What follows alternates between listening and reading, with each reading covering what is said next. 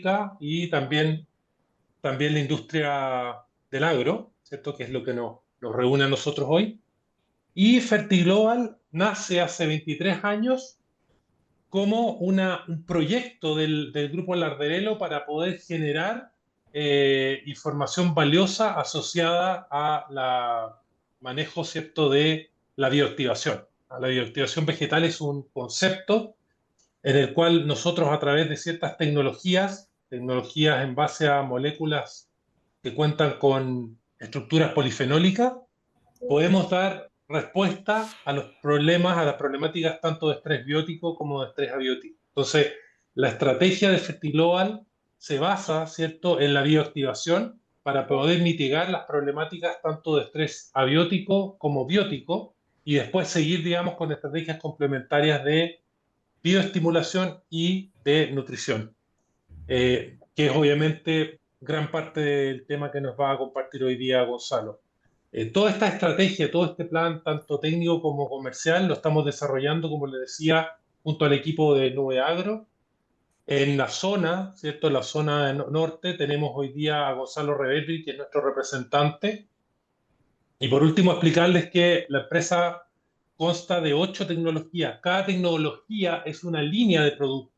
Y estas líneas de productos, ¿cierto?, son las que nos van a ayudar a ir resolviendo las problemáticas tanto de bioactivación con el NUDI, bioestimulación con Folistin y todo el resto de las tecnologías que ustedes ven en esta lámina están asociados, ¿cierto?, a lo que es nutrición.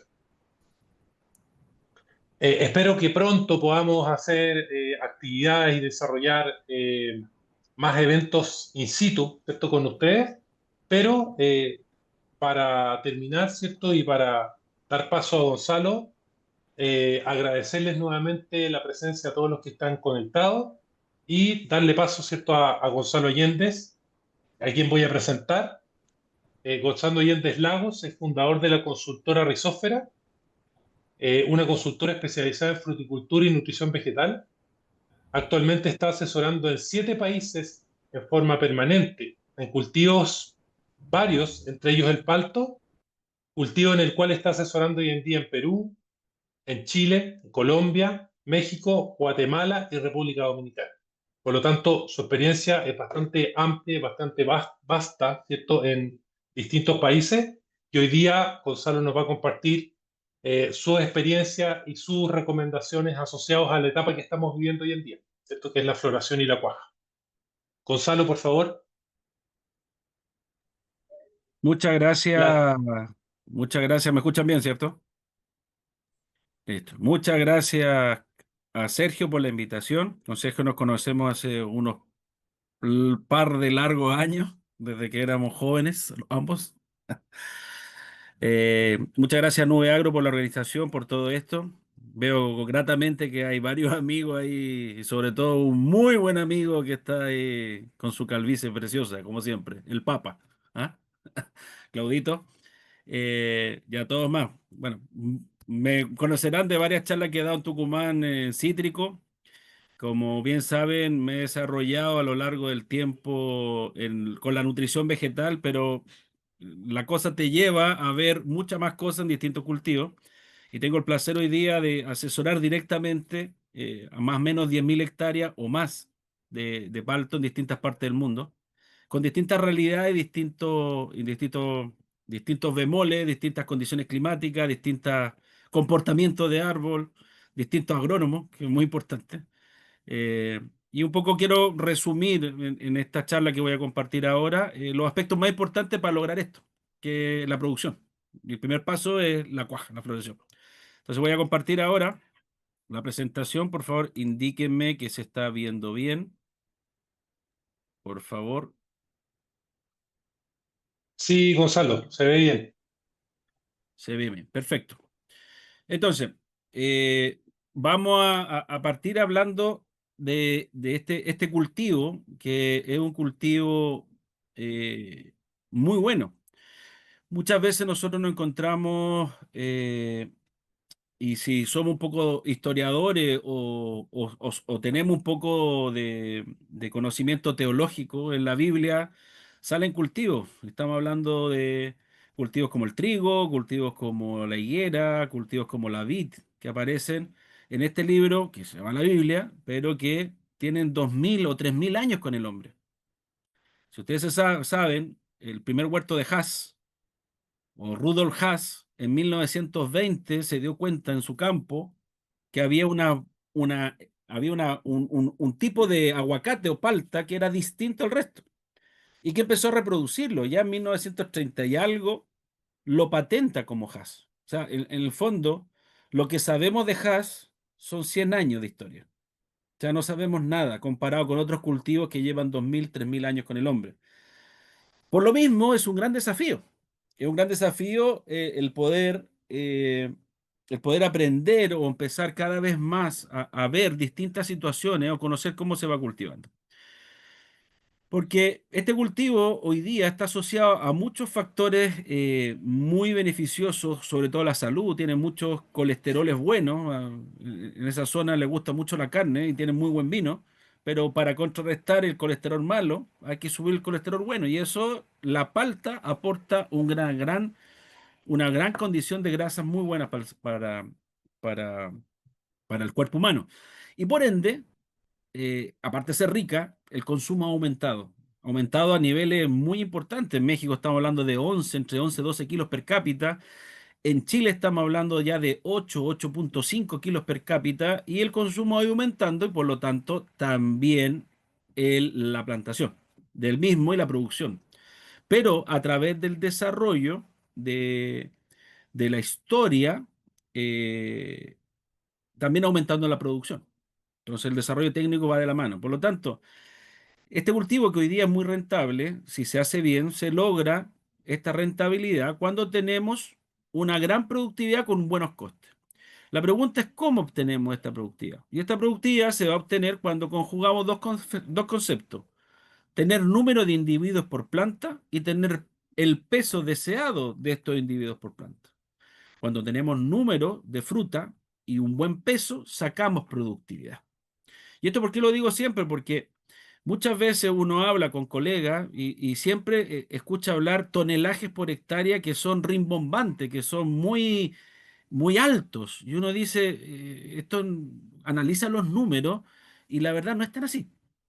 Si nosotros sacamos la media chilena, el año pasado se produjeron 240 millones de kilos en Chile, con 30.000 hectáreas reportadas, según Ciren, eso nos da una media de 8 toneladas por hectárea. Si nosotros vamos a Perú, que tiene 690 millones de kilos producidos el año pasado y con sus 60.000 hectáreas que están reportadas en sus organismos públicos, nos da una media de 11 toneladas. México tiene una media de 5 toneladas, España de 3 toneladas. Entonces, en realidad, cuando escuchamos mucho hablar de tonelajes de 20, 25, 30 toneladas por hectárea, pero lo llevamos a números duros, la verdad es que dista mucho lo que está ocurriendo. Y es un cultivo que podemos aumentar productividad. Y eso es una realidad. Yo tengo el placer de ver, de acompañar muchos productores que ya superamos la barrera de las 15 toneladas media de huerto, ya estamos, y algunos ya estamos en las 20, que es algo muy interesante ver.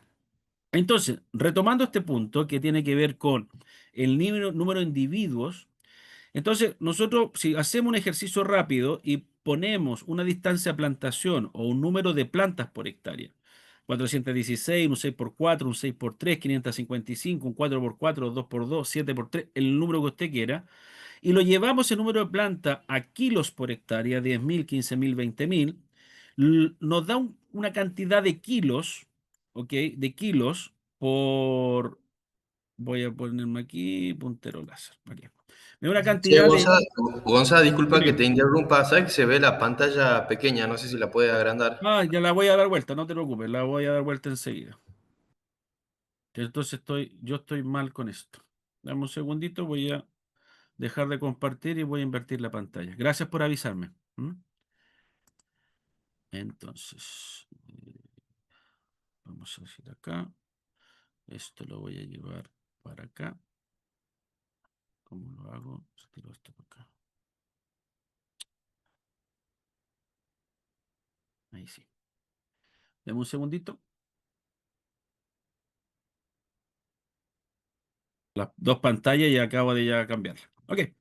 Entonces, si nosotros nos vamos a estos kilos por hectárea, y lo llevamos a kilos por árbol y dividimos por un peso medio de frutos o peso de 200 gramos, una fruta media de exportación, más o menos nos da la cantidad de frutos que tenemos que tener por árbol. ¿Ok? Entonces, mientras menos la distancia, la densidad de plantación, vamos a forzar más la cantidad de frutos por árbol para lograr la productividad que yo quiero. Y el gran problema que tienen los paltos es que no todos los árboles producen igual. Y tenemos árboles que pueden llegar a 500 frutos por árbol y tenemos 10 árboles que no tienen fruta. ¿Ok? Entonces, ahí hay muchas cosas que estamos todavía trabajando de ver cómo podemos relacionarlo. Y este es un tema importante porque el número de frutos tiene directa relación con la floración y el cuajado. ¿Ok? Y tiene que ver antes con el número de flores. Entonces, viendo esto, les cuento una historia. Muchas veces un hombre muy enfermo va al doctor, el doctor le comenta que todos los problemas se pueden solucionar si hace deporte, duerme bien, enfrenta los problemas en forma distinta. El hombre lo oye y en 10 segundos le pregunto, ¿qué pastilla me puedo tomar? Este mismo fenómeno que nos suele suceder a los seres humanos, que es mucho más fácil tomarnos algo para solucionar nuestros problemas más que cambiar el hábito, también pasa mucho en la agricultura, porque muchas veces queremos todo solucionarlo con la aplicación de algo. ¿Ok? Lo que existe en agricultura, en agronomía, y algo que compartimos con Claudio y con varios de los que están aquí, es que el resultado que va a ocurrir es la suma de muchos factores que hay que ir controlando y hay que ir aprendiendo. En otras palabras, decimos muchas veces que el que domina el depende va a generar lo que uno desea. ¿Ok? Entonces, esto se traduce en una pirámide de producción. Y cuando hablamos del cultivo del palto, estos pilares hay que cumplirlos para poder lograr y aumentar la producción paso a paso. Lo que llamamos muchas veces el ABC. ¿Ok? Primero, nosotros tenemos que poner el palto en un clima que el palto se dé. O sea, no puedo poner palto en la Antártica ni poner palto en la alta cordillera, en los Andes. No se va a dar. Hay una zonificación climática y Tucumán ofrece ese clima. Por lo tanto, ya tenemos el primer paso. El segundo paso tiene que ver con que corregir, preparar el suelo. ¿Ok? Muchas cosas que nos encontramos con los cítricos en Tucumán, que muchas veces la preparación de suelo fue bastante deficiente, porque muchas veces se entendía que hay un costo intermedio, mil cosas. Pero vemos que el desarrollo regular no era suficiente. Les cuento algo. El cítrico en general tiene una raíz que es capaz, que es luchadora, pero la raíz del palto es lo más flojo que existe en la tierra. Si tú o un raíz de palto la pones en un suelo duro, mal preparado, compacto, sin correcciones o con alguna problemática, no te va a dar los resultados que tú esperas. Por lo tanto, el éxito de la producción depende mucho de un concepto que se llama la uniformidad del huerto. Y para tener una uniformidad del huerto, yo tengo que tener una muy buena preparación de suelo. Y eso es una inversión que hay que hacer. Por consiguiente, una vez que yo tengo el clima y preparo y corrijo los bemoles que puede tener el suelo, tengo que tener una calidad de planta óptima, óptima. Y eso también los viveros tienen que trabajarlo, hacer una buena calidad de planta. Una vez que yo tengo estos dos primeros peldaños saldados, el 80% del éxito productivo de un palto es la gestión hídrica, es cómo yo riego, cómo aplico el agua y cuánto. El cultivo del palto es un cultivo altamente sensible a la asfixia radicular. Por lo tanto, si yo tengo un suelo compacto mal preparado y lo riego mal, los resultados no van a darse.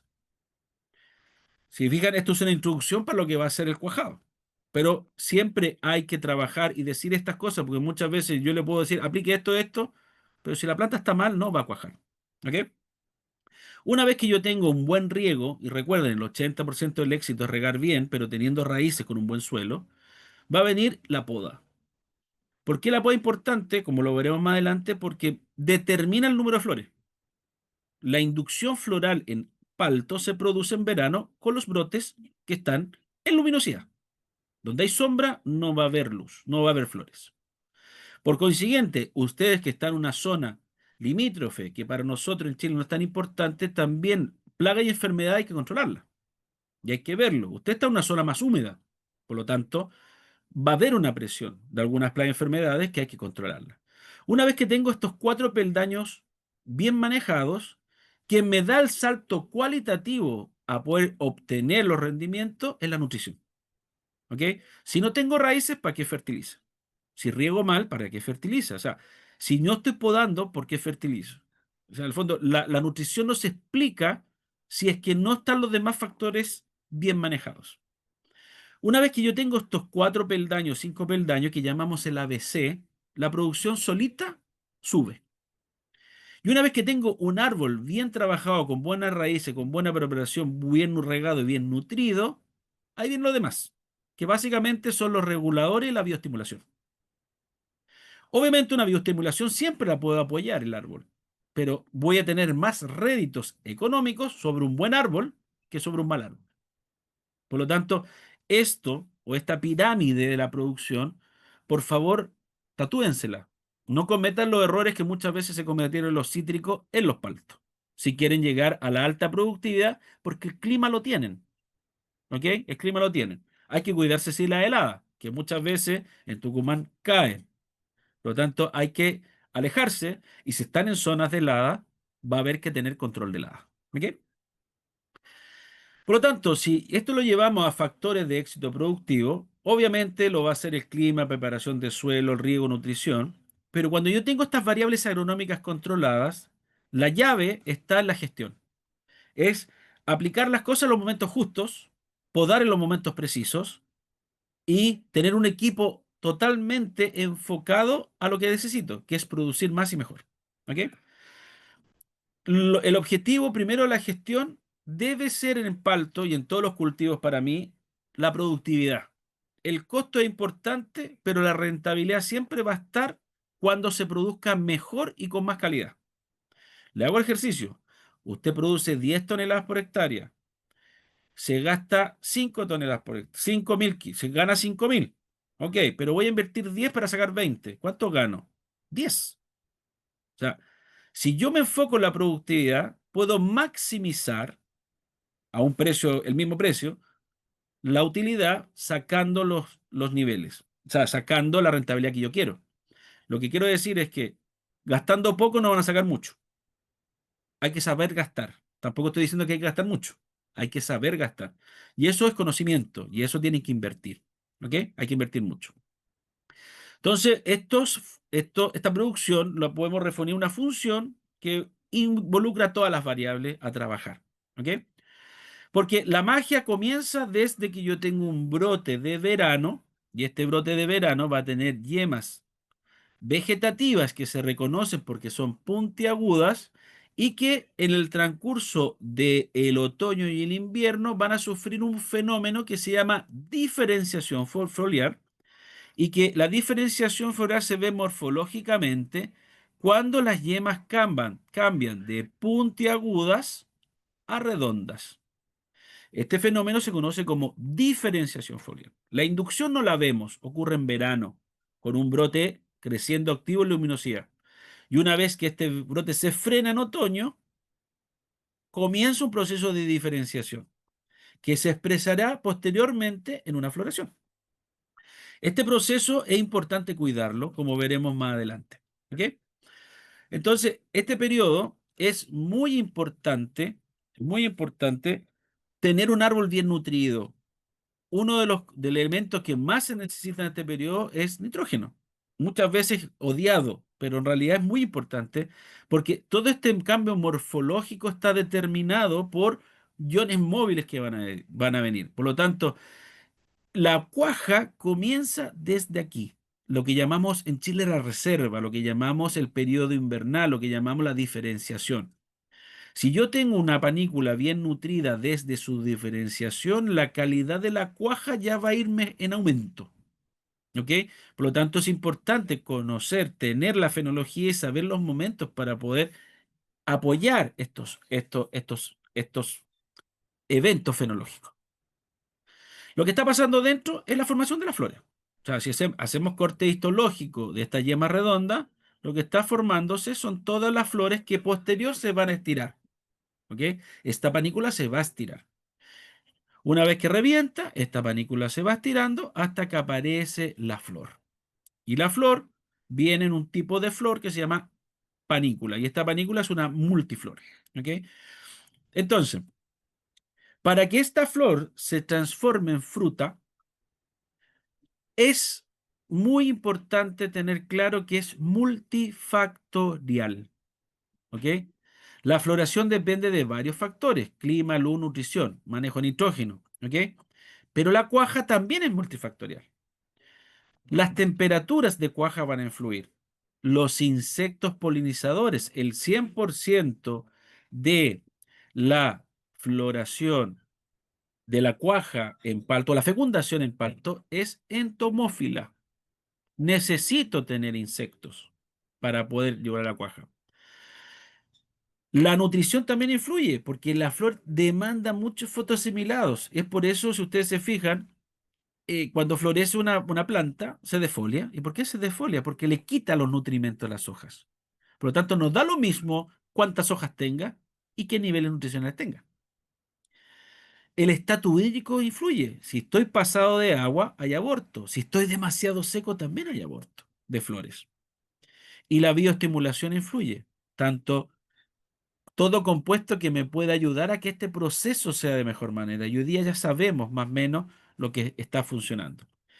Debido a que es multifactorial, es un gran desafío.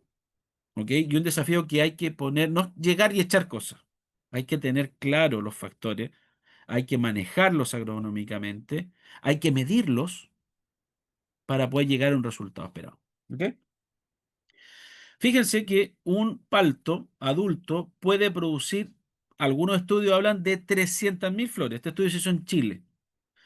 Y ella concluye que de estas, en el mejor de los casos, van a cuajar el 0,02%. Una en 1000 o una o dos en 1000. Es lo que dicen los autores.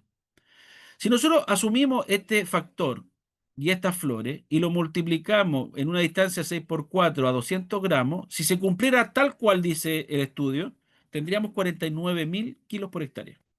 Es potencial. Y el problema del palto es que la cuaja es muy mala, porque tiene un problema que se llama dicogamia protogínea.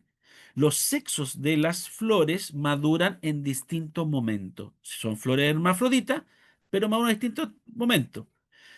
El husky es un tipo A, según libro, primero en la mañana del día 1 abre la flor femenina, por la tarde cierra, y al otro día en la tarde hable como macho.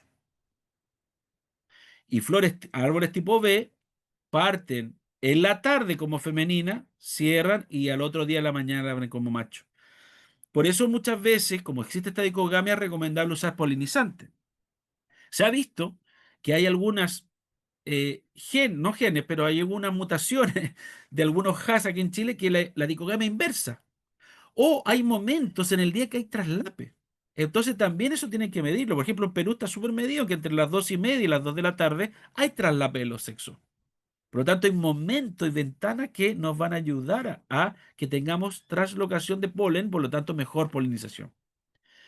Otros autores destacan la importancia de los carbohidratos. La tesis de la liberal Cara habla que los carbohidratos son determinantes al momento del cuajado. Por lo tanto, la nutrición también es importante. Y nutrición no hablo de aplicar elementos, llamo de tener la suficiente reserva en la planta para que esto se produzca. Otros estudios concluyen que la alta producción está directamente relacionado con el número de flores, ya que el porcentaje de cuaja no varía. O sea, una alta floración te va a llevar a una buena productividad.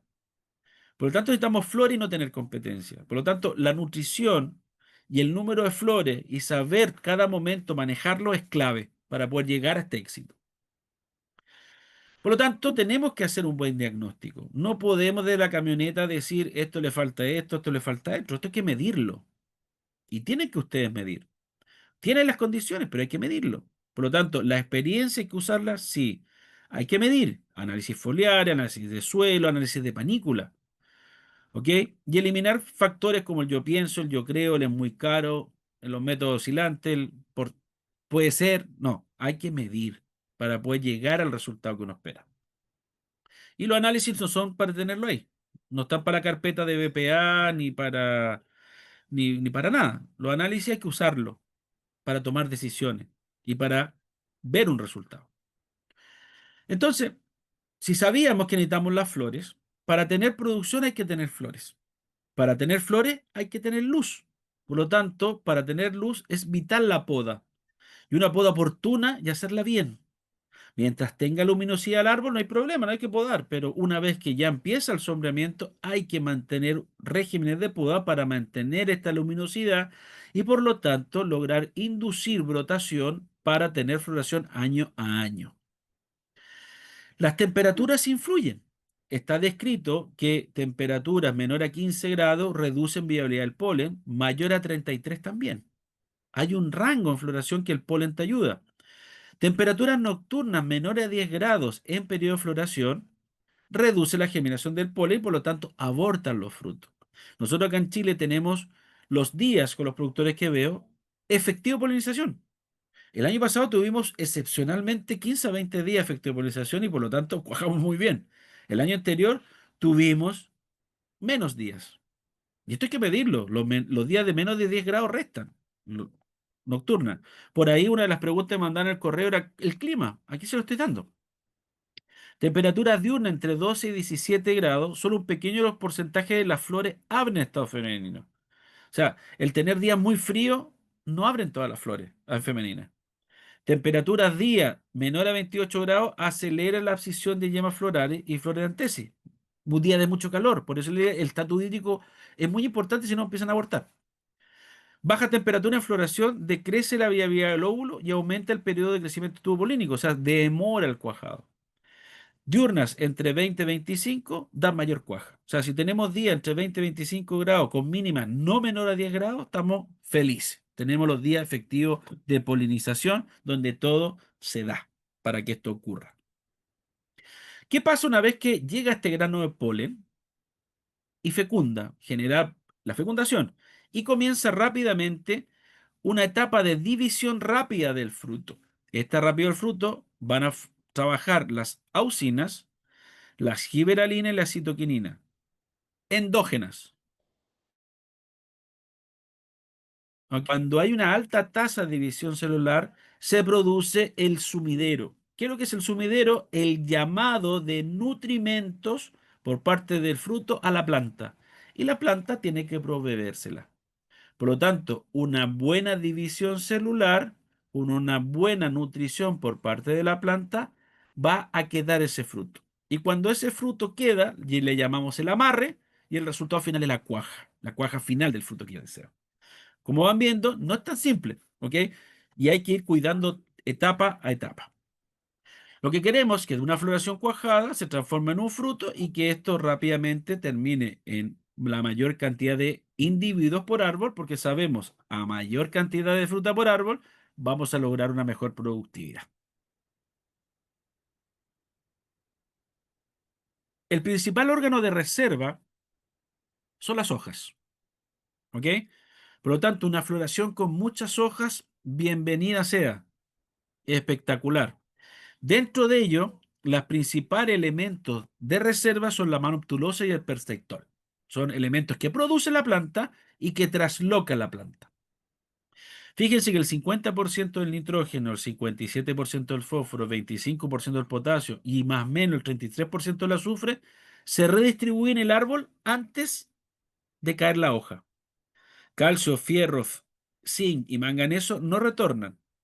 Estos elementos los necesitamos en el momento de floración. Estos elementos podemos depender de la reserva que tengamos en esta floración. Este estudio de la Sandra Gandolfo dice algo muy interesante que lo voy a leer. Dice, el periodo de floración y el primer crecimiento vegetativo, recuerden que la floración sale con un brote que llamamos brote indeterminado, por lo tanto, esto genera un crecimiento junto con la flor. Se mostró dependiente de los azúcares solubles y almidón acumulados durante el periodo a partir de la segunda brotación de la temporada anterior. O sea, lo que pasa en verano repercute en primavera, en grandes rasgos.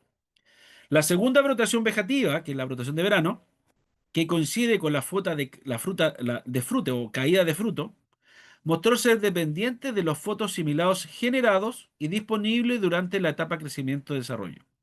En otras palabras, lo que ocurra en cuajado y cómo salgan los brotes y el número de hojas que tú tengas va a determinar el resultado del año siguiente. Entonces, es muy importante ir siguiendo paso a paso. Como le comento normalmente a mi asesorado, la carrera no podemos saber en julio lo que va a ocurrir el próximo año. O sea, los programas de fertilización tienen que ser móviles, tienen que auditarse cada 3 meses. Yo a todos mis productores cada 3 meses, cada 2 meses les pido un análisis foliar y voy corrigiendo los programas, porque hay siguiendo la planta. No podemos saber un año antes lo que va a pasar un año después. Eso se llama ser adivino y lamentablemente no he estudiado eso, he estudiado más científico. O sea, hay que ir por postas. Esto es como una carrera por postas. La floración es un fuerte sumidero de compuestos nitrogenados. De aquí viene un montón de temas, porque mucha gente le tiene miedo al nitrógeno y no es así lo que se habla. En particular del amonio. La intensidad de floración se vio significativamente correlacionada con los contenidos de clorofila, desarrollando clorosis en los tratamientos con mayor floración. Obvio, más floración, más pide de las hojas se decoloran y se caen. Por lo tanto, no da lo mismo tener un 2.4, 2.6% en una hoja que tener un 2.2 que dice el libro. Lo que decía el libro, un poquito ya lo dejamos de lado. La diferente intensidad de floración influyeron significativamente en la brotación y la renovación de brotes para la siguiente floración. La ausencia de fruto permitió una mejor brotación y acumulación de reservas para sostener la siguiente floración. Esto es de perogrullo. Si no hay fruta, la planta vegeta. Si hay fruta, es una necesidad sacar los brotes. Una vez que esta cuaja ocurre, comienza un rápido desarrollo celular que es dependiente de los carbohidratos y de los nutrientes que pueda proveer. Esta división celular determina en los primeros 80 días el calibre final del fruto. O sea, el calibre no se hace el final, se hace el inicio. Las primeras semanas son clave en hacer las cosas bien, por eso no da lo mismo florecer y cuajar nutrido que desnutrido. No da lo mismo no hacer en floración que sí hacer en floración. Es un periodo crítico. Dentro de ello, el elemento que más importante es el nitrógeno. Yo soy un enamorado del nitrógeno, pero no se trata de que hay que poner mucho nitrógeno, hay que saber poner el nitrógeno. Cuando el nitrógeno está en reserva, uno va tranquilo, pero cuando el nitrógeno escasea hay que darle nitrógeno. Y a más productividad, más nitrógeno y a menos productividad, menos nitrógeno, pero no hay que demonizarlo. ¿Por qué? Porque en otros países muchas veces se asocia al nitrógeno con un aborto, y no es así. ¿Ok? El brote es quien compite en floración y el brote hay que controlarlo, ¿ok? Y para eso hay estrategia de fertilizar menos con nitrógeno, apostar a la reserva o de reguladores, que más adelante hablaré, que es otra de las preguntas que me hacían, ¿ok? Pero si tengo muchas flores, es absolutamente necesario aportarlo. Hay que saber cuándo y cómo. ¿Por qué? Porque voy a terminar la cuaja y el siguiente ciclo de cuaja, que sería la floración del año siguiente y por lo tanto disminuir la alternancia, que es una de las cosas que pasa en aguacate cuando se nutren mal. Existe la alternancia, llamado añerismo. ¿Ok? El nitrógeno no es el enemigo, lo que hay que controlar es el vigor. Y hay que saber cuándo vigorizar y cuándo desvigorizar. ¿Ok? Fíjense que Willey en uno de los papers dice, el nitrógeno, que es uno de los grandes estudiosos del palto, dice, el nitrógeno es el nutriente mineral más importante que determina la producción del palto. Los desajustes pueden generar grandes crecimientos vegetativos en medio de la producción. O sea, el problema es el exceso de vigor en ciertos momentos, no es el nitrógeno. Por lo tanto, el nitrógeno es muy necesario saber cómo ponerlo y tenerlo bien a la hora de floración. Por ejemplo, tenemos una floración que para mí es equilibrada. Tengo gran número de flores con muchas hojas del ciclo anterior que están proveyendo los carbohidratos y fotosimilados que necesita esa floración y que va a dar el primer sumidero. Por lo tanto, cuando tenemos esta floración, genera una cuaja que al salir la siguiente floración va a generar un paso.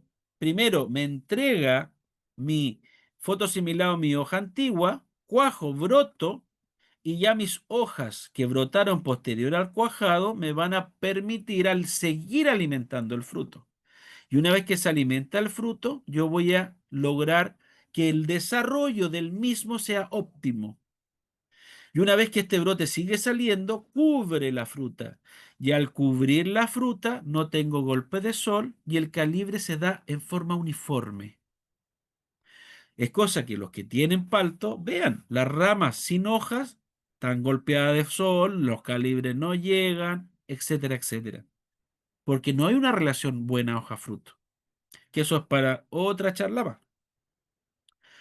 Por lo contrario, si yo tengo una gran cuaja con pocas hojas o me queda de este tipo, por lo general puede cuajar, pero va a abortar gran cantidad de fruta y por lo tanto, porque no hay quien la alimente y por lo tanto producciones bajas. ¿Ok? Esto, si está en su huerto, preocúpense, preocúpense. Hay cosas que ayudar, hay cosas que trabajar.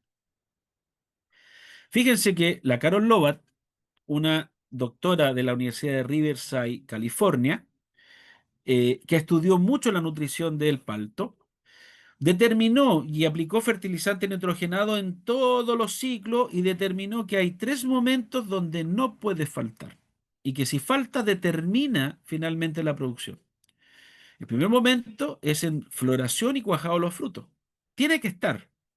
Por lo tanto, a mayor intensidad de floración hay que apoyar con fertilización. Con una buena floración, con buena hoja, puedo ir tranquilo. Voy a ajustar en función a cómo venga la flor. El segundo momento es en el rápido desarrollo de los frutos, cuando hago la interfaz de de brote primavera con brote de verano. Diciembre, cuando empieza a desarrollarse, ese momento también es necesario. Y en el momento de diferenciación floral, en el engorde de yemas, ahí también necesitamos el nitrógeno. Hace mucho tiempo empezamos a medir en Chile, cuando trabajamos en un centro tecnológico llamado GQ, empezamos con los productores que hacíamos seguimientos nutricionales a relacionar los contenidos de panícula de nitrógeno con eh, la productividad, porque normalmente las malas cuajas siempre se culpaba al clima. No, que el clima fue el malo, siempre el clima, el pobre clima que decíamos. Y no era tan así. Muchas veces el clima era bueno, pero veíamos que habían condiciones extras. Entonces, ¿qué hicimos? Durante 4 años seguimos 52 sectores donde medíamos sus panículas y determinamos su productividad. Panícula y su productividad. Panícula y su productividad siguiente. Y una de las cosas que más nos impactó es que el nivel de productividad cuando agrupamos los huertos de alta productividad versus huertos de baja productividad, había una diferencia estadística importante en los contenidos de nitrógeno de las panículas. Por lo tanto, el nitrógeno, lo que decía muchos autores, es verdad, lo necesitamos. La pregunta es, ¿lo tengo que fertilizar o tiene que estar antes? Es el desafío agronómico que hay que trabajar. ¿Ok? Pero es muy importante. Por lo tanto, a partir de este estudio también obtuvimos los rangos de panícula. Por ahí me preguntaban qué eran los números que necesitaban. Sí, la panícula en floración tiene que tener rangos nutricionales y lo pueden medir. Y estos son los rangos que ya hemos trabajado. Y por lo tanto, si yo tengo deficiencias de boro y zinc, tengo que aportarlo. Si tengo deficiencia de nitrógeno, puedo apoyarla foliarmente. Si necesito algún bioestimulante, puedo maximizar esto. Esto ya existe, está. Entonces, la floración hay que acompañarla. ¿Con qué la acompañamos? Básicamente hay, para mí, nutricionalmente, aparte del nitrógeno, hay 2 microelementos que son importantísimos. El primero, y sin duda para mí el más importante en floración cuajado en el aguacate y en el palto, es el zinc. ¿Ok? El zinc genera básicamente la usina, y la usina es responsable de la formación del tubo polínico. Zinc genera un aminoácido que se llama triptófano, y este triptófano es precursor del ácido indolacético. Por lo tanto, a mejores niveles de zinc, los tubos polínicos se forman de mejor manera y por lo tanto ayuda a la cuaja. Ayuda a la formación de ácido glutámico, que es clave también para la hora de mitigar estrés. El zinc es muy importante tenerlo en buenos niveles. Y la floración hay que aportar foliar, porque no es un ion móvil, como lo explicaba. No va de la hoja al fruto, a la panícula. Por lo tanto, en panícula es algo que tenemos que trabajar tanto vía radicular en fertirriego como también a nivel foliar. Fíjense que la hoja del palto tiene muy mala absorción foliar. La hoja madura, porque tiene una gran capa de cera. El brote rojo tiene una pequeña absorción y uno puede hacer cosas foliares nutricionales en brote rojo. Pero la panícula, las flores, tienen tricomas y los tricomas tienen poros y estos poros sí absorben foliarmente. Y tenemos muchos ya estudios y ensayos en que corroboramos esto. El zinc hay que acompañarlo y por lo tanto buenos niveles de zinc normalmente nos acompaña con un buen cuajado.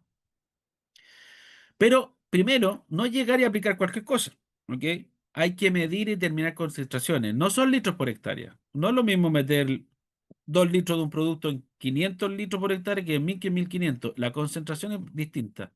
Hay que determinar concentración a la hora de poder trabajar. Deme un segundito que acá entra mi hijo. Estas son las cosas del día a día. Ya, ahí mi esposa me salvó. Entonces, es muy importante trabajar las concentraciones, ¿ok? Para poder determinar, porque no da lo mismo lo que apliques. Fíjense que nosotros en Chile, en el año 2012, con un productor, sabiendo la importancia del zinc, hicimos básicamente 23 tratamientos. Probamos todo lo que existía en el mercado de zinc, todo, en ese momento. Y teníamos nuestro testigo y medimos la hoja y la flor post aplicación versus la hoja y la flor no aplicada. ¿Cuál fue nuestra sorpresa? Que hubo 4 tratamientos nomás que realmente entraba el zinc a la flor. Y estos 4 productos son los que normalmente se trabajan, repercutimos. Esto que el año 2012 lo hicimos en Chile, con mi productor de México lo volvimos a intentar, ¿ok? Y lo mismo hicimos y vimos que teniendo un testigo con 40 ppm, no todos los productos, y bueno, probamos con turbina y probamos con pistola, básicamente nebulizadora o pitón, ¿ok? Y vimos que no todos los productos hacían el trabajo, ¿ok? Habían productos que subían, momento que había un incremento, y había productos que prácticamente no hacían nada. Y lo que vimos después, al tomar 15 días después, vimos que todos los niveles tendían a bajar, porque no es móvil. Por lo tanto, de ahí aprendimos que en floración al menos hay que aplicar 2 veces, con diferencia de 15 días. O sea, el periodo de floración hay que cubrirlo con zinc por lo menos cada 15 días. Si la floración es más larga, otra más, una tercera. En Perú llegan a ser hasta 4, porque la floración se alarga un poco más. ¿Ok? Pero hay que saber qué zinc funciona y trabajarlo. No se trata de que sea el más barato, sino el que mejor me funcione, como lo decía inicialmente. ¿Cuál de mis dólares peso invertido me va a generar el resultado que yo deseo? ¿Ok? Porque cuando hay deficiencia de zinc, los frutos se ponen deformes. Básicamente se ponen redondos por la falta de usina. Un fruto normal, un fruto redondo. Pero también pierdo calidad en los brotes. Como hay menos auxina, los brotes se acortan, la hoja queda más pequeña y si es severo se decolora. Hay una cierta clorosis. ¿Ok?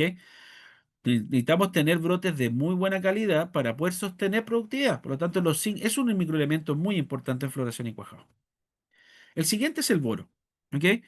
El boro lo que hace es inhibir que la enzima que degrada la usina se produzca. Cuando hay deficiencia de boro, se activa la ácido indoloxidasa, ácido indolaceto y degrada el tubo poliníqueo, por lo tanto hay aborto. Por eso muchas partenocarpias que pueden generarse, o frutos sin semilla, paltines, que llamamos en Chile, se pueden producir o por frío, porque abortó por temperatura, o por deficiencias de boro. ¿Ok? Por lo tanto, es importante que estos elementos los tengamos bien en floración. No hemos visto tanto resultado con la aplicación foliar. Vía suelo funciona bastante bien en el periodo de floración, pero apoyamos también de todas maneras vía foliar con aplicaciones de boro. Ya vemos que teniendo buenos niveles de nitrógeno y estos 2 microelementos nos ayudan mucho a la cuaja. Por lo tanto, hay que trabajarlo de buena manera. Otro elemento podría ser el calcio, que no lo pongo acá, pero depende de otros factores, ¿ok? Sobre todo si tienen suelos muy lavados o con aguas que no tienen calcio, suelos que no tienen calcio, también se recomienda también el calcio en esos casos. Para las condiciones aquí de Chile, o de Perú realmente no lo necesitaban por la cantidad de calcio que abunda en nuestro medio. En Colombia hay una necesidad, por ejemplo, que tiene suelo bastante ácido y el calcio es un elemento muy carente en el suelo. Cuando hay deficiencia de boro, se generan estas inserciones laterales porque no se forma bien la estructura y cuando es severo se deforman los frutos. ¿Ok? Pero esta inserción lateral normalmente obedece a una deficiencia de boro muy común en Colombia, que en suelo bastante ácido con exceso de precipitaciones eh, generan una deficiencia inducida por los suelos no tener. Por lo tanto, hay que trabajarlo muy bien desde el inicio. Pero el boro en exceso también es malo. ¿Ok? Si bien la deficiencia nos puede generar esta foto que nos muestra la inserción lateral y una deformidad del fruto, el exceso nos puede quemar, nos genera necrosis. Y esta es la necrosis de boro. ¿Ok? Es un elemento que hay que medirlo. Por eso es importante hacer análisis foliares continuos para poder saber que lo que estás aplicando es lo correcto. Si estoy deficiente, aplica, pero si estoy en exceso, hay que frenar. ¿Ok? Porque puede generar intoxicaciones. Entonces, nutricionalmente, todo es importante. Estos tres elementos que le acabo de nombrar para mí son los más importantes, que hay que controlar. Obviamente, la ley de Liebig o la ley del barrilito se cumple igual que para todas las especies, pero cuando todos los elementos están normales, estos tres que lo acabo de nombrar son los más importantes a la hora del cuajado, para mí. ¿Ok? Luego nosotros, si tenemos esta pirámide bien nutrido, podemos trabajar con bioestimulantes y algunos reguladores de crecimiento que también nos ayudan al cuajado. ¿Ok? Usar bioestimulación es una obligación, sobre todo cuando hay clima que no nos favorece o un país estresante. Las algas son muy buenas, pero no cualquier alga, una alga de buena calidad, no la más barata. ¿Ok? Hoy día, hacer una alga, puedes comprar una torta de alga seca, le echamos hidróxido de potasio y ya, y vende un producto líquido. Muchas veces eso no funciona. Hay que tener buena calidad, con buena extracción, con buenos contenidos delicitores. Es importante esto porque muchas veces en el mercado van a aparecer muchas cosas, pero hay que medir la que mejor funciona. Como me pongo acá, no que huela a extracto de alga, por ejemplo, que sea. Los aminoácidos funcionan, pero vean el aminograma. ¿Cuánto trae? No es lo mismo un producto que tenga 10% aminoácidos, un producto que tenga 40, 50, 60% aminoácidos. O con un aminograma que tenga aminoácidos que nos ayudan. Prolina, ácido glutámico, glicina, etcétera. ¿Ok? Otros que están de cuarta generación, como la glicina betaína, los polifenoles y el glutámico, también ayudan. Son bioestimulantes que pueden ayudar, pero hay que aceptar justo para la problemática que yo tengo. Si tengo problemas de metabolismo por temperaturas bajas, los aminoácidos son la alternativa. Si tengo exceso de temperatura, la glicina betaína, los extractos de alga, como los ascofilos nodosum, son las alternativas. O sea, para cada condición de estrés puedo trabajar un bioestimulante específico. Los extractos de alga, como muchas veces se dice que, muchas veces pregunto en el campo, oye, ¿estás aplicando alguna hormona? Sí, estoy aplicando el extracto de alga A, B y C. No, los extractos de alga, la concentración de hormonas que trae es muy poquita. No se puede considerar como aplicación hormonal. Puede tener efecto auxínico, puede tener efecto citoquinínico, pero eso no significa que traiga. Y esto está medido desde el año 2013, que se evaluaron todos los orígenes de Ascophyllus nodosum, Eclonia, Macrocystis, Tuturbinea sargassum, y se midieron los contenidos de hormona activa. Y si usted se fija, las concentraciones de hormona activa es bastante baja. Si yo solo diluyo en agua, la concentración es más baja. Y uno de los principios que los reguladores de crecimiento, que son hormonas sintéticas, funcionan por concentración. Y las concentraciones que trae la alga son muy pocas. ¿Ok? Cuando trae mucho, como dijo el profe Fichet en el curso cuando dice esto, sospechoso. Esto está pichicateado, como decimos. Aquí le agregaron algo más, no es puro. ¿Ok?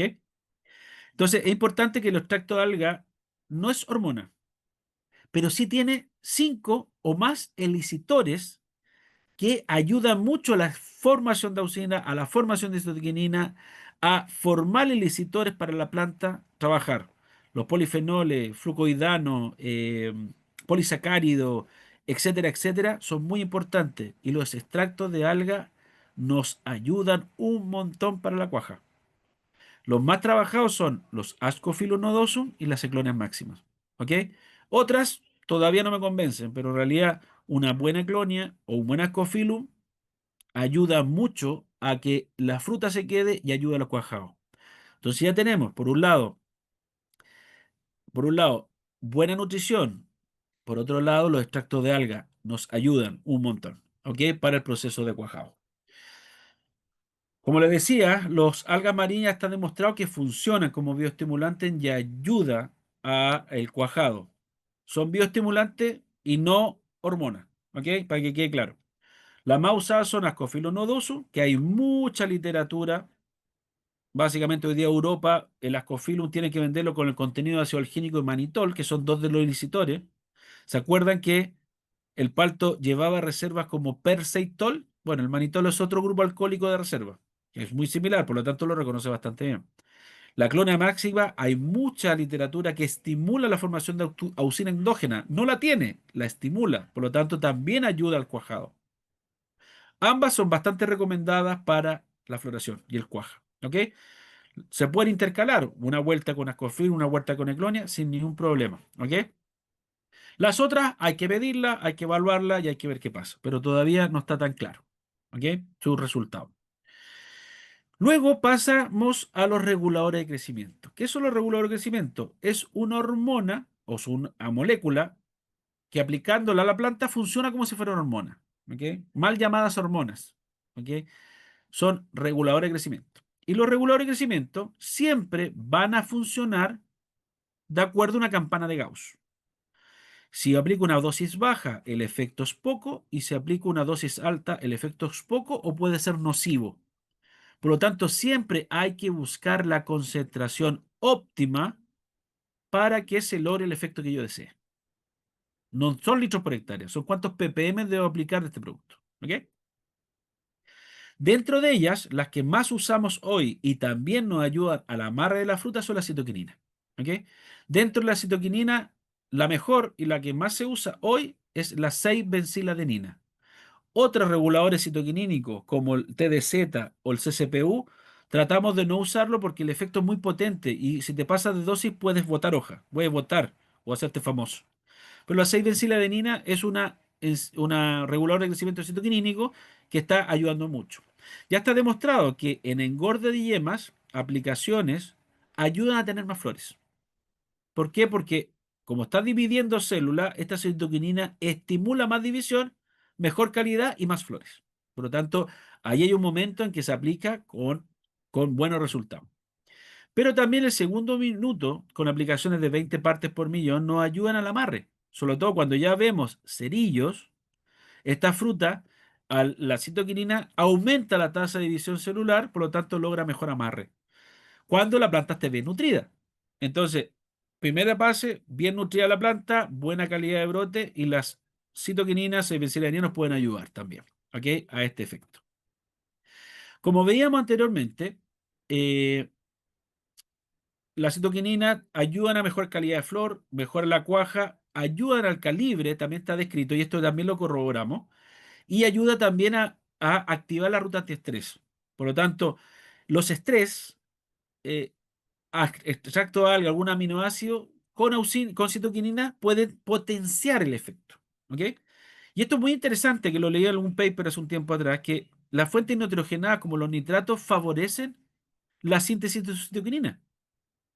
Por lo tanto, la urea, yo sé que es barata, pero hay que tratar de no que sea 100% urea. Hay que trabajar con nitratos. También nos ayuda. ¿Ok? O incorporarlo dentro de los programas. Fíjense esto. Esto es un estudio que hizo la Vanessa Coronel, una colega de Perú, donde evaluó la tasa de crecimiento del calibre. Y ustedes se fijan en un huerto donde hizo una prueba con un regulador citoquinínico versus el testigo. Si ustedes se fijan, la tasa de crecimiento a lo largo del tiempo fue prácticamente igual, salvo acá. Al inicio hubo una diferencia. Al inicio. Ese inicio de diferencia se tradujo en que la distribución del calibre se corrió hacia adelante en un porcentaje importante. Lo que hagas ahora en floración y cuajado va a repercutir en el calibre final. Lo que hagas tarde no va a repercutir en el calibre final. O sea, El fruto que cuajó y dividió poco, por mucho que tú lo fuerces, al momento de cosecha no va a llegar al calibre que tú deseas. Los trabajos se hacen temprano. ¿Ok? Ustedes están en ese periodo. Luego, otro regulador de crecimiento muy usado son los antigiberélicos, ¿ok? Que básicamente pacobutrasol o uniconazol. En Chile se ocupa mucho más el uniconazol y el pacobutrasol se utiliza mucho más en Perú, ¿ok? Básicamente porque Perú florece sin fruta y la persistencia de este regulador de crecimiento es mayor en la fruta, por lo tanto, como no tiene fruta, pueden usarlo. Y el único nasol se usa más en Chile porque su residualidad es menor, por lo tanto, uno puede aplicar y al esperar 15, 20 días y ya la residualidad baja, por lo tanto, no se usa más o se desarrollaba más el uniconazol. Los reguladores de crecimiento antigiberélicos tienen un enfoque primero que nada, que es frenar este amigo, es frenar el brote en floración. Muchas veces vamos a encontrar una floración que el brote viene escapadísimo. Y como les dije anteriormente, solamente el brote en floración compite con la flor. Y si el brote sale muy escapado, va a abortar flores. Pero si el brote no sale escapado, no es necesario. Por lo tanto, si tenemos una gran brotación junto con flor, los reguladores de crecimiento antigiberélicos son una alternativa bastante buena para frenar ese brote. Frenamos este brote, no logramos competencia en un periodo y este periodo me determina un mejor performance para cuajar. Por lo tanto, también son una ayuda. Hoy día lo tenemos como un extintor. Antes en Chile lo aplicábamos mucho, hoy día lo aplicamos solamente cuando se necesita, ¿ok? Porque es una herramienta más de trabajo. No da lo mismo aplicar un regulador acá y acá. Acá es una necesidad porque tenemos una floración con gran cantidad de brotes que van a competir con la flor, pero acá no tengo brote. Por lo tanto, acá no es necesario aplicarlo. Aquí es necesario sacar el brote en un momento dado. Aquí es necesario frenar un poco el brote. Por lo tanto, depende del estatus del huerto, si se aplica o no se aplica. La efectividad de los reguladores de crecimiento depende de la disponibilidad de los hidratos de carbono, por lo que la nutrición también influye en la efectividad. O sea, si yo voy a aplicar regulador a una planta débil, no lo haga. No va a haber resultado y lo va a pasar mal la planta, no va a cuajar más. La base es tener una planta bien nutrida, equilibrada para trabajar el estrés. La dosis debe ser trabajada de acuerdo a la expresión del vigor, al tamaño del árbol y a sus repeticiones decidirán de acuerdo al largo de la floración. ¿Qué quiero decir con esto? Que muchas veces no aplica 1 litro por hectárea, aplica 2 litros por hectárea. Depende de qué. O sea, a un árbol pequeño le aplica 1 litro puede ser bueno, pero a un árbol grande le aplica 1 litro puede ser insuficiente. Hay que trabajar las concentraciones, hay que trabajar las dosis. Y eso es quien tiene que ensayarlo año a año. Hoy día nadie que les diga una dosis se va a aceptar en Argentina. Es algo que tienen que aprender. En Chile más o menos con nuestro clima lo sabemos. Pero esas dosis chilenas no funcionaron en Perú ni no funcionaron en México. Tuvimos que hacer todo de nuevo. La experiencia me dice que ustedes tienen que trabajar las dosis, si van a trabajar con estos productos, en propia Argentina. ¿Se pueden combinar con bioestimulantes y productos nutricionales? No hay ningún problema de compatibilidad, se pueden combinar. Recuerde que el objetivo principal es frenar el brote, por lo que el inicio de las aplicaciones depende que esté presente. O sea, si hay brote, puedo aplicar regulador antigiberélico. Si es que no hay, ¿para qué?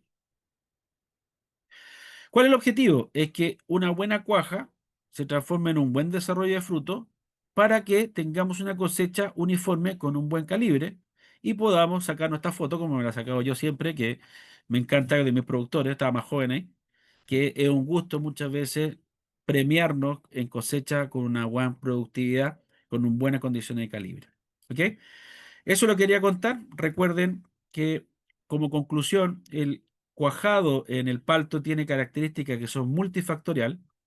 Las reservas nutricionales y la fertilización oportuna juegan un rol muy importante en el cuaje. Lo primero es tener un árbol bien nutrido. Existe una serie de problemáticas que van a afectar la floración y el cuajado que se deben conocer, las que puedan, por lo tanto hay que medir lo que se hace mediante análisis foliares, análisis de panícula, hacer seguimientos, use la abeja o polinizadores como las moscas, círvido, fomente el tener insectos benéficos en su finca, flores nativas que nos ayudan a tener más abejas. Una vez diagnosticado, hay que intervenir los elementos faltantes, por eso los análisis son importantes, evaluar los productos y las aplicaciones, cambie de productos cuando no logre el objetivo, apóyese con extracto de alga para activar el sistema hormonal y la resistencia a estrés. Las hormonas y los reguladores pueden ayudar, pero cuando está todo lo demás correctamente manejado, tengan flexibilidad y ganas de variar los manejos durante la temporada, aunque el presupuesto no lo entienda, ¿ok? El objetivo siempre es producir más, no cumplir con el presupuesto. Siempre una mayor productividad va a pagar todo, ¿ok? Recuerden la definición de locura que nuestro querido Albert Einstein decía, que no pretendan tener resultados distintos si siempre hacen lo mismo.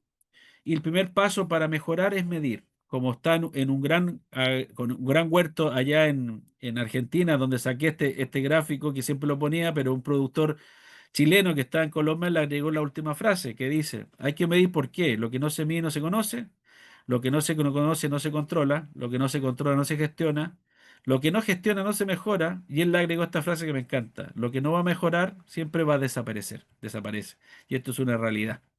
¿Ok? Así que muchas gracias por la atención.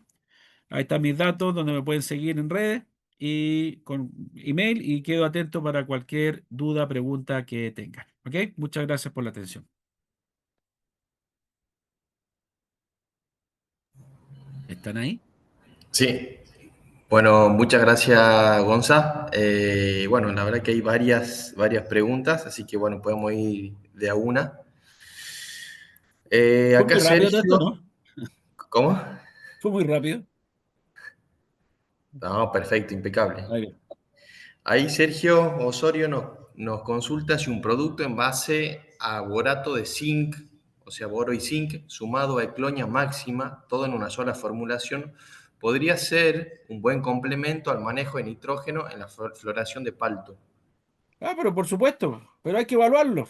Porque en el fondo es lo importante, porque en el fondo uno lo hace en forma, un producto con boro, un producto con zinc, un producto con alga y lo tira. Si vienen los tres juntos, hay que ver las concentraciones y hay que evaluarlo. Habrá que hacer análisis pre y post aplicación y si los niveles mejoran, está funcionando. Si es que no, habrá que trabajar la dosis. Pero sí, puede ser una alternativa. Perfecto. Gonzalo, y hablando del boro, ¿qué dosis, cuántos gramos por hectárea para una aplicación foliar recomendás de un boro, por ejemplo, un octoborato de potasio o algún producto de Uf. ese estilo? Bueno, eso hay que evaluarlo, porque generalmente depende del producto y la concentración que tenga. Yo lo que voy a decir en fertirriego. Yo generalmente en fertirriego, normalmente un huerto va a utilizar entre 3 a 5 unidades de boro por hectárea año. ¿Ok? De estos, el 70% te lo vas a gastar en floración. Ujú. Estas unidades, estos gramos, nosotros lo aportamos siempre en concentración y la dosis de aplicación de boro son 10 gramos por metro cúbico, o sea, perdón, 60 gramos por metro cúbico de ácido bórico.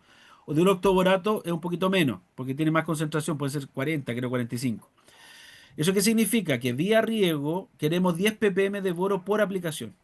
Entonces, hemos visto que una aplicación de 10 ppm en fertirriego normalmente levanta los niveles a nivel foliar. Pero no hay que aplicarlo todos los días, porque si lo aplico todos los días puedo quemar. Entonces, normalmente la aplicación es cada 15 días, voy con estos 10 ppm y normalmente logramos el resultado en el periodo de floración. ¿Ok? Hasta completar las 2-3 unidades del periodo que me demande. Con respecto a la aplicación foliar, hay que evaluarlo, ¿ok? Porque no conozco el producto, hay que verlo, no te podría recomendar gramos de boro. Hay una dosis de etiqueta y hay que evaluar y medir para ver cuál lo que era. ¿Mm? Perfecto. Otra pregunta de Josefina. ¿Qué fuente de nitrógeno prefiere el palto en crecimiento vegetativo y cuál en crecimiento reproductivo? A ver, aquí se abre otra caja Pandora. Todas las especies vegetales el nitrógeno lo toman o como nitrato o como amonio. ¿Ok? Como nitrato o como amonio. La fuente, todas las especies vegetales, sean cítrico, palto, todos, la mayor fuente que va a absorber el nitrógeno siempre va a ser el nitrato. ¿Ok? Porque eso se mueve por flujo nasal. Mientras transpira, ingresa. ¿Ok? No así el amonio. El amonio ingresa por difusión. Por lo tanto, necesita actividad radicular. Entonces, obviamente, dentro de la planta, el amonio es más eficiente. Por lo tanto, si yo quiero vigorizar, un amonio te va a ayudar. Si yo quiero mantener un régimen, el nitrato también te va a ayudar. Por lo general, la urea no la usamos. ¿ok? Porque la urea no es ni chicha ni limonada, no es nada, ¿ok? Es un grupo amida con un carbono, entonces eso tiene que degradarse, convertirse, se va a demorar. En Chile básicamente lo que más usamos es nitrato de amonio. Si queremos forzar vigor habiendo actividad, suplementamos con sulfato de amonio. Y en crecimiento de fruta trabajamos mucho con el nitrato de potasio. Para cuidar vigores, suplementamos con sulfato de potasio, para no meter más unidad de nitrógeno. Entonces, en general, lo que más se trabaja es nitrato amónico, sulfato de amonio, eh, nitratos de potasio, o sulfato de potasio. Fue otra fuente nitrogenada que se pueden trabajar. El nitrato cálcico es una muy buena alternativa, sobre todo para calidad de fruta, cuando el nivel de calcio o el calcio no esté presente. El nitrato de magnesio también es una alternativa cuando el magnesio sea algo limitante y quiera corregir. Y los fosfatos monoamónicos, que también son bastante, se usan. ¿Ok? En general hay una cierta gama que podemos trabajar sin ningún tipo de problema. ¿Mm? Perfecto. ¿Cuál es el momento de las hojas más oportuno para lograr una mayor absorción foliar? No El le- problema, mira, la absorción foliar, y está descrito esto, no lo digo yo, lo dice los estudiosos. Yo siempre les muestro, en los congresos pasados les dije, descarguen el libro de fertilización foliar, principio y práctica, y ahí está descrito los principios. La, la absorción foliar se va a producir en cualquier especie cuando ingrese el agua. Si ingresa agua por la hoja, va a haber absorción foliar. Ese es el primer principio. Entonces, para que haya absorción foliar, uno tiene que tener espacios, poros o imperfecciones para que ingrese. La cera, por ejemplo, de los limones, de los cítricos, tiene imperfecciones, muchas imperfecciones porque es laminar. ¿Ok? Tiene imperfecciones, por lo tanto, la absorción foliar en cítrico es muy fácil. Pero la cera de la hoja madura del palto es completa, es larga, es una gran capa de cera y es hidrófoba. Ujú. Fíjense que el año 83, y esto lo conversé con la Victoria Fernández, que es master capa en el mundo de la fertilización foliar, ella me decía, mira, el año 83 un alemán, haciendo evaluación en Costa Rica con fertilización foliar, llegó a la conclusión que la hoja madura del palto no absorbe nada. Así de duro, ¿ok? Por lo tanto, hay dos momentos en que puede existir, ¿ok? El primer momento es cuando el brote está tierno, nuevo, porque su cantidad de cera es muy baja. La cera va a formarse en función a la madurez de la hoja. Por lo tanto, todo brote rojo o activo crecimiento es susceptible de un apoyo foliar. ¿Ok? En cambio, la flor del palto tiene tricoma y los tricomas tienen poros y los poros sí absorben. La panícula absorbe lo que tú le quieras tirar. Por lo tanto, los dos momentos más importantes son la floración, que puedes apoyar foliarmente, y cuando hay un brote rojo. Después, cuando está maduro, ni se te ocurra. Al fondo, la efectividad es muy baja. En Chile prácticamente no se hace. ¿Ok? Porque ya sabemos que no. Ojalá. Perfecto, perfecto. Gonzalo, acá hay una pregunta, la verdad que me parece que, que quieren todos, y muy relacionada a la pirámide que habías mostrado. Acá en la zona del norte, como conoces, en la época de floración, digamos la primavera, muy seca, humedad menor al 40%, temperaturas mayores a 28 grados. ¿Qué recomiendas dentro del manejo? Mira, hoy día lo que más está ayudando, lo que pasa cuando tú tienes esa conjunción de tres cosas, humedad al día baja, temperatura alta y radiación, el DVP se te dispara, que se llama el déficit de presión de vapor. Y cuando el déficit de presión de vapor se dispara sobre 1,5, normalmente los tomas tienden a cerrar parcialmente. Por lo tanto, la planta empieza a sufrir deshidratación. ¿Ok? Entonces, lo que se sabe que hoy día todos los productos bioestimulantes te van a ayudar a mantener más tiempo este estoma abierto, por lo tanto, lograr la transpiración. Por lo tanto, si hay movimiento de agua, la planta se refrigera y es capaz de escapar de estos problemas de estrés. ¿Ok? O lo va a ayudar. Por lo tanto, los extractos de alga, los cofinos no usan, ayudan. Los polifenoles son una tremenda alternativa. ¿Ok? Eh, las glicinas betaínas, los ácidos glutámicos o aminoácidos que contengan estos elementos también te pueden ayudar. ¿Ok? A esto. Siempre y cuando se tenga un extraordinario riego con buenas raíces y una conductividad eléctrica controlada. Que eso también hay que medirlo, que eso es primero. Mi amigo Claudio Nave mueve la cabeza así, así es. Bien, bien, bien. Gonzalo, ¿y tenés alguna experiencia puntual con el uso de polifenoles? Ahí, Bueno, aprovechando que lo tenemos acá En en el Perú estudio. tenemos, o yo he visto, más que nada yo tenemos, dice, vamos orando, dijo la mosca, arriba los cachos del güey. Hay empresas que yo colaboro alguna que tienen experiencia con polifenoles y ellos han medido con porometría, con distintas cosas y los polifenoles mantienen el estómago abierto. Los estómagos se mantienen más tiempo abiertos. O sea, los polifenoles son una alternativa. O sea, no hay duda todavía de eso. ¿Ok? Por lo tanto, si tienen alternativa de polifenol, hay que evaluarlo. ¿Cómo se evalúa? Obviamente está lo empírico, pero si pudieran tener un porómetro y invertir en alguna empresa un porómetro no es tan caro y miran cuánto la conductaxia estomática se mantiene con una aplicación versus un testigo que cierra estoma y baja su conductaxia estomática, ya tiene, si eso ocurre, la aplicación está funcionando. ¿Mm? Pero Bien, experiencia hay bien, mucha. bien, bien. No sé, Sergio y Ricardo, ahí que lo tenemos desde Brasil, no sé si tienen algún aporte con respecto al uso de polifenoles en aguacate. ¿En portugués falar ou não falar com português? Sí, muy gusto. Parabéns pela apresentação, muy buena. Muchas gracias. Bueno, yo complementar a los comentarios que ha hecho Gonzalo y las consultas de Tomás de que nosotros como Fertiglobal, tanto en el mercado argentino, ¿cierto? Donde estamos dirigiendo la charla, como en Chile y en Perú, nos estamos estableciendo con un kit de evaluación de estrés con porómetro, con medidor de clorofila y ionómetros de distintos elementos, principalmente calcio.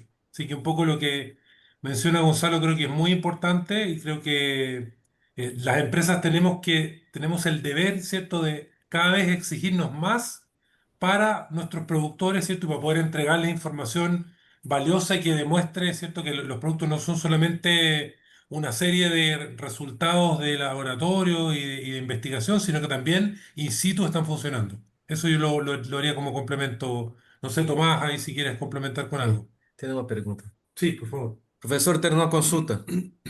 Perdão que meu espanhol não é bueno. No te preocupes. Si hablas portugués lento, lo entiendo, no hay problema. Sim, tranquilo. Tem alguma experiência, alguma avaliação com nível de oxidação, peroxidação lipídica em folhas de palto submetidas a algum tipo de estresse, como excesso de radiação solar, déficit hídrico? Tem alguma correlação direta com o abortamento de flores? Mira, en general todo eso yo lo he visto, mas no lo he hecho, ¿ok? Por ahí alguna empresa o un investigador, no me acuerdo quién me mostró la relación con cómo los radicales libres o los estrés oxidativos se veía con la peroxidasa, ¿ok? Pero no tengo más experiencia al respecto. Piensa que, a ver, el tejido el tejido de una flor es muy tierno y es muy sensible a cualquier cambio brusco del estatus hídrico que tenga la planta. ¿Ok? Entonces, si la planta por cualquier estrés cierra parcialmente estomas o cierra estomas en algún minuto dado, la planta aumenta temperatura. Y si aumenta temperatura, aborta. ¿Ok? Entonces, Sí. cualquier cosa que me mantenga este estoma más tiempo trabajando, el refrigerio o la temperatura de la planta se va a mantener. Recuerda que solo el 2% del agua que toma una planta al día se ocupa en procesos metabólicos. Todo lo demás se transpira. Isso. Todo lo demás es regular temperatura. Por lo tanto, no da lo mismo el tener una planta 100% trabajando, una planta que esté medianamente trabajando. ¿Ok? Muchas veces tú puedes decir, bueno, aplico un bioestimulante, está transpirando bien, pero tengo una deficiencia nutricional y no tengo el carbohidrato y aborta. Y digo, el bioestimulante no funcionó. No. O sea, estamos partiendo de la base, la pirámide. Buenas raíces, buen suelo, buen riego, buena nutrición y los bioestimulantes me van a hacer el trabajo. Pero cualquiera de estos pilares no esté bien hecho, no hay magia.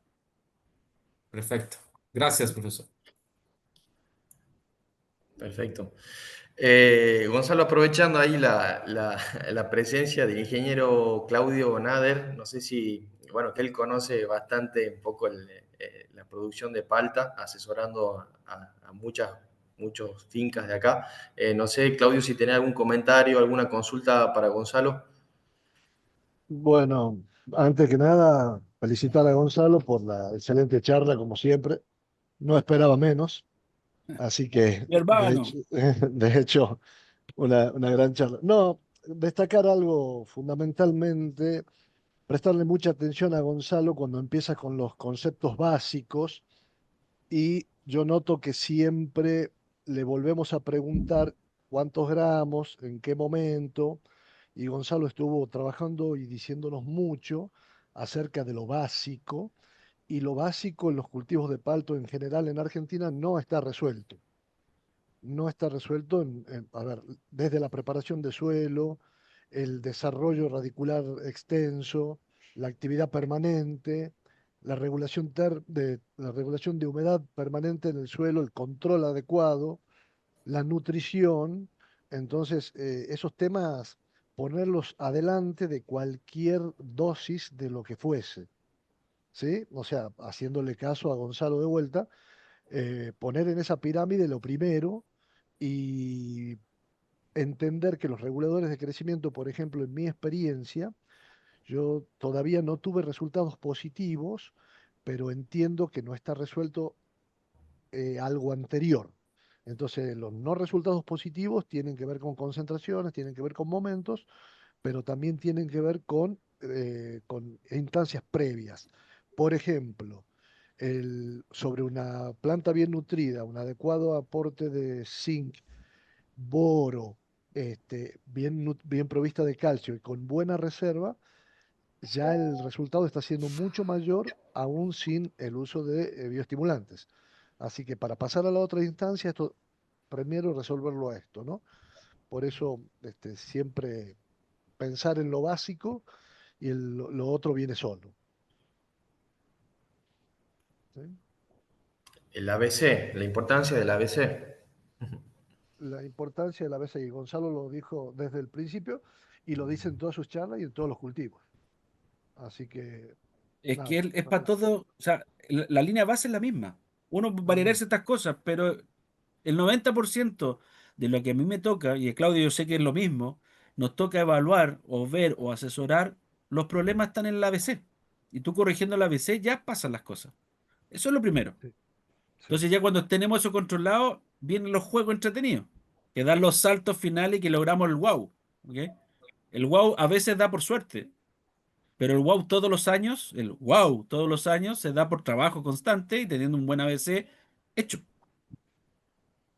Sí, y ahí, perdón, Gonzalo, por ahí, acostumbrado a la citricultura, en un suelo trabajado del mismo modo, uno implanta 100 hectáreas de limón y implanta 100 hectáreas de aguacate o de palto, y las diferencias son monumentales. Y ahí tengo una pregunta que a mí me da vueltas, nosotros tenemos una genética en pie y copa que tiene prácticamente los mismos años de historia que Rudolf Haas, porque tenemos el pie mexicano trabajando desde aquel entonces y el injerto de Haas encima, y no tenemos acceso a genética de mayor calidad en pie sobre todo.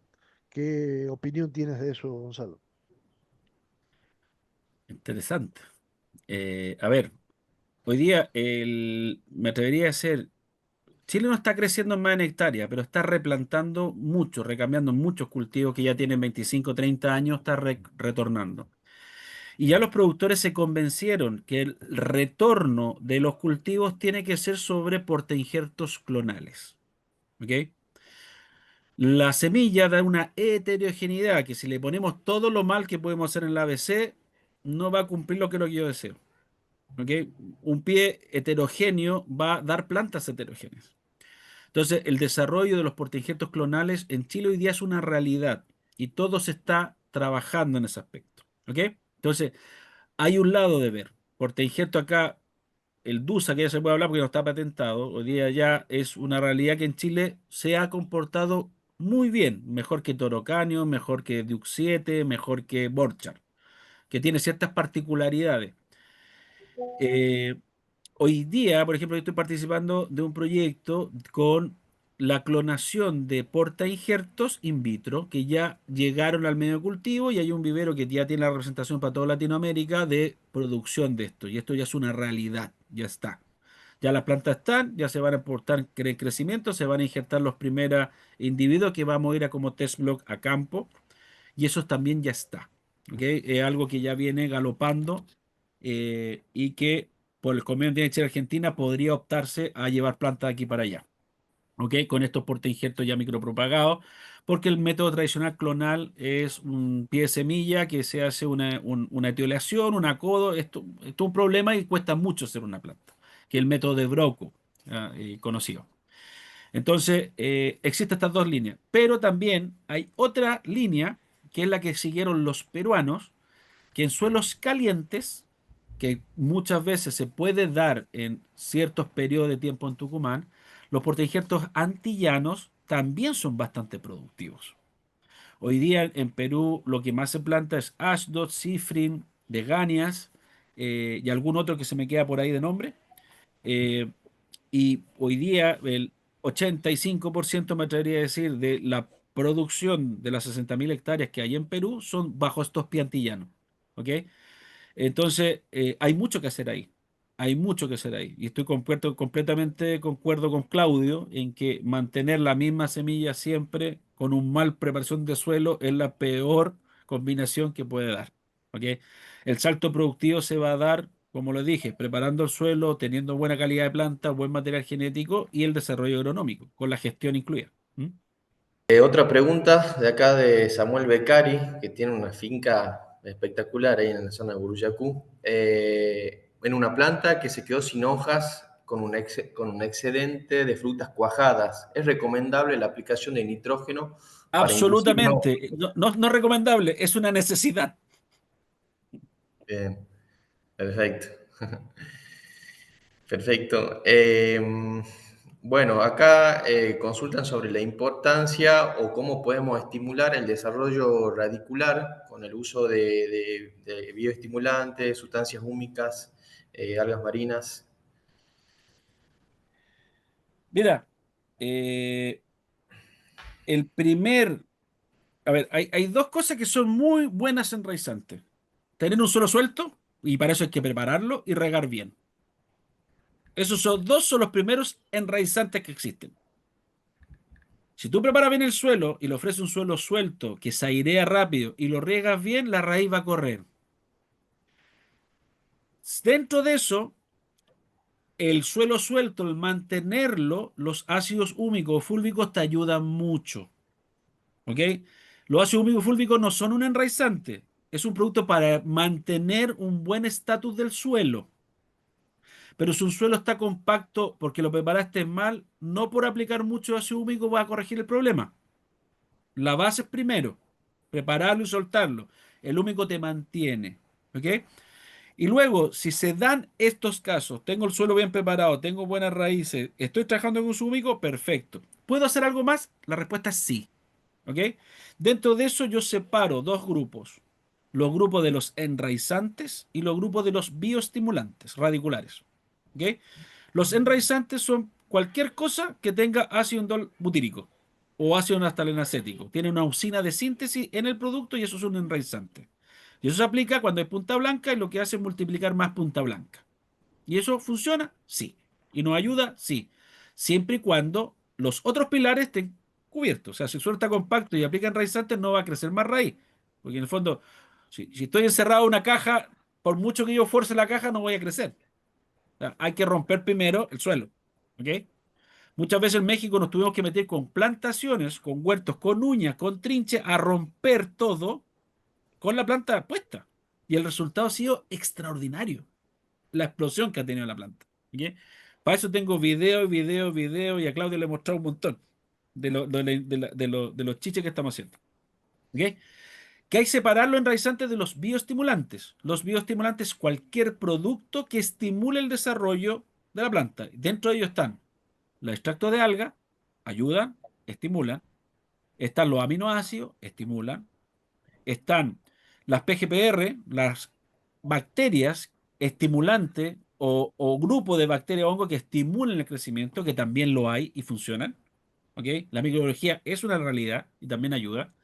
Pero como decimos en Chile, a cada perro con su hueso. Un buen diagnóstico me va a ayudar a tomar una buena decisión de qué comprar para poder lograr el objetivo que yo deseo. Pero primero tengo que controlar los 6 pilares para el desarrollo radicular. En la humedad justa, la compactación no debe existir, una buena aireación del suelo, la temperatura idónea, una conductividad controlada y un pH idóneo.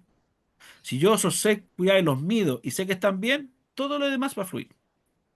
Pero si alguno falla, voy a tener limitaciones por mucha estimulación que yo haga. Agradecer nuevamente a Claudio Nader, que nos estuvo acompañando.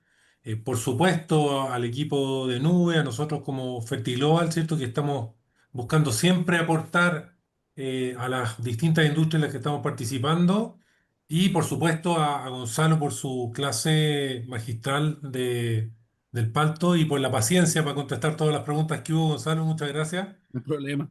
Y bueno, Gracias a ustedes. esperamos seguir con esta dinámica. La Academia Nubes va a estar desarrollando distintas actividades, distintas charlas, así que los dejamos invitados a que sigan a Nube, que sigan a FertiGlobal y se enteren, digamos, de las otras actividades que vamos a estar desarrollando. Muchísimas gracias y bueno, por nuestro lado cerramos la actividad. Muchas gracias de nuevo, Gonzalo. Muchas No, gracias. gracias a ustedes. Muchas Un gracias, gusto ver chicos. amigos grandes.